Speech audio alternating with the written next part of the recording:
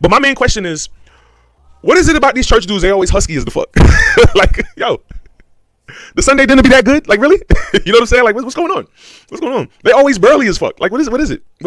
But when it comes to black, quote unquote, black preachers and the black church, you know, there is a kind of secular, inter-secular culture within that. You know, a subculture. You know what I'm saying? You have church culture, and then you have black church culture. You know what I mean? And so. But what a lot of black people don't realize is a lot of black American culture is built on trauma. You know what I mean? It's funny. I saw a post that said, what did it say? It said, we reject everything about slavery except Christianity. Bars. You know what I mean? We reject everything about slavery except Christianity. There's a lot of things in church, in the quote unquote black church, that carried over from the African culture that we call it church, but we don't realize where it came from. We have no knowledge of our history. You know what I mean? I'm going off on a tangent, but it is very needed.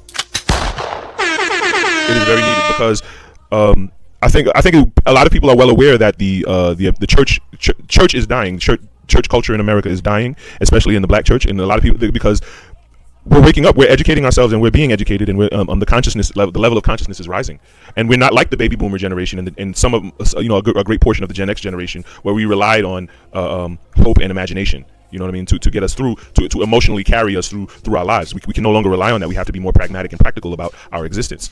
You know what I mean? And even if we're going to be spiritual, we must be consciously spiritual, not blind, and not so much blind about it, because it's the way we were raised, and it's what everybody believes in our friends, in our family, in our community, in our homes. You know what I mean? We have to find God for ourselves. You know, I hate to be. I don't mean to be so deep, but this is the messaging that I'm receiving right now. You know what I mean? So take it as you will. Take it as you will. I think that's showing. Whereas someone like Marvin Sapp, a popular gospel singing artist, who is also a preacher and a church leader, you know what I'm saying, has to act out of desperation, you know what I'm saying, to convey a message to his congregation, in order to up their donations, being as that they're a nonprofit organization, but yet they have to feed a machine in a dying culture, in a suffering economy. You know what I mean?